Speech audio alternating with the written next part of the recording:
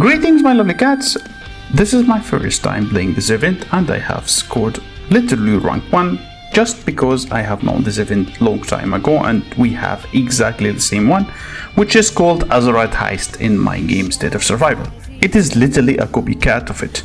So Eternity Reach is a PvP event and it is considered to be one of the best sources of obtaining Governor Charm upgrades.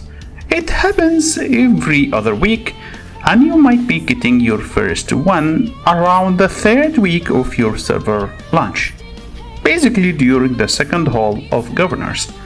Keep in mind that the timers are subject to change, it might be different for you. We are going to separate this guide into following parts for your convenience, so please feel free to use the timers to skip into the points that you want to see. There are some rules and important notes when it comes to this event. All the buff from the VIP skins technologies, they do work inside the Eternity's Reach. However, there is no troop loose and there is no troop limits. The game takes your highest tier of troops as a standard. So if you enter the battlefield with a tier 8 as your highest, it will be the standard troop tier that you are going to play with. The same goes if you have the latest tier like tier 10. March speed buffs doesn't work inside the Eternity Reach, so any buff that is related to March's speed is not going to work inside. The most important buff you could have during the Eternity Reach is troop capacity, as it's going to increase your troop deployment in case you are going for PvP and fighting the veins inside. You can technically have 8 marshes, 7 of them are PvP marshes, while 1 only is to collect the Cooper loots. This depends of course on your technology and VIP level. You cannot attack players' castles, but only the players that is inside the veins.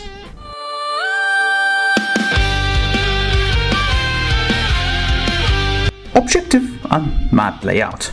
Your objective is to collect Coopers, and based off your Cooper ore, you will be given a reward based off your ranking. Cooper ores comes from 5 sources. It's either generated inside the veins or the fracture veins, and the amount is determined by the veins level. Attacking the veins for the first time and killing the NPC Berserk will always drop Cooper ore loots. Cooper ore loots marsh is an exclusive marsh. Don't worry, it does not take any extra marshes from you and you can only use 1 marsh to collect the loot. From talents like extra ores or by attacking guards or other talents that provide additional ores if you meet the condition. Staying inside Peak of Eternity will give you Cooper ores by the end of the event based off how much time you stayed inside. You can check your ranking. Attacking players inside the veins has a chance for them to drop some of the collected Cooper. The map is separated into 3 areas, basically 3 zones in the center. All of these zones has berserkers on it. The outer side 1 zone, which is most likely going to be your location when you spawn, but it is actually random, but most of the time you will spawn here.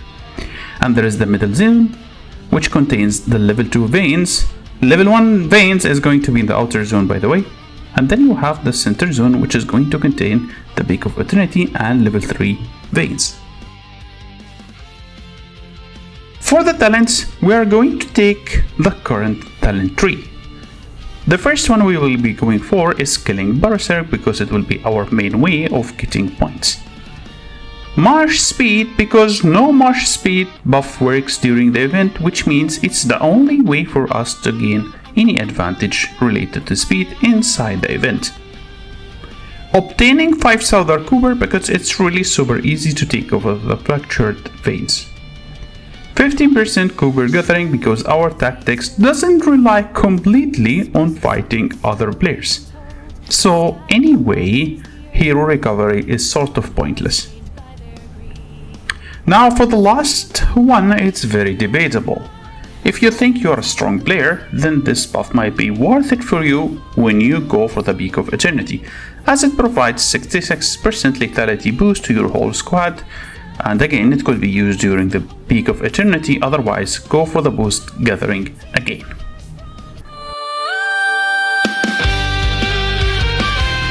There are two ways to play this event, and both of them would give you a decent results. The first one is relying completely on the Berserker. Berserkers are the NPC that spawns in the map. Each one of them provides you with XP to upgrade your talents. However, if you took the first talent that provides you with copper upon killing them, you can farm them endlessly for a juicy 1,500 coppers.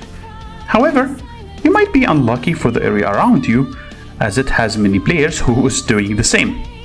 Which is why we split our matches between killing Berserkers and occupying veins. I would personally prefer not all of your matches to be used for Berserkers. Here is how I would recommend you playing this event. As soon as you land, find a good position with less players. Early on, players doesn't know how to play this mode very well, so even a free-to-play can gain a lot for killing Berserkers and obtaining a really good rank. However, once players get used to this mode, you may find it challenging to kill Berserkers, which is why I prefer if you split your matches between veins for a consistent scoring, hitting new veins for copper loot, and the rest goes for killing Berserkers. When you are hitting the vein, just make sure that this vein has Berserkers inside, because the first time you hit it with a Berserker inside, it's going to drop copper for you, which you can use your extra match to collect these. Just make sure that it is next to you. While you are playing, you will notice an announcement for the fracture veins to be spawning soon. These veins generates over 200 copper per second. I would recommend you going for them as soon as possible. If you are getting attacked by players, no problem, just pull back and don't risk losing copper. Finally, before the Peak of Eternity comes online, teleport next to it. And believe me when I say this, rush inside fast. Having a couple of seconds inside this building will give you a big chunk of points for almost no efforts at all. Most of the time people walk all the way, so they take time until they actually reach. If you are afraid of losing your heroes, just pull back as soon as you are about to get hit. Just know this, it doesn't cost you a march to go inside Peak of Eternity. The game considers it as your extra free march, just like looting copper. That's basically it, guys. I hope my guide was very helpful for you. If you find this information very useful, please don't forget to like and subscribe, leave a comment down below, and see you soon. In a city full of chaos and a tangled web of streets lives a furry feline king, the coolest cat you'll ever meet. He's got muscles like a lion, strut that's straight and mean, with a swagger and a purr that makes the ladies scream. He's Catzilla, the beast of the block. When he rolls up, the whole dress rocks.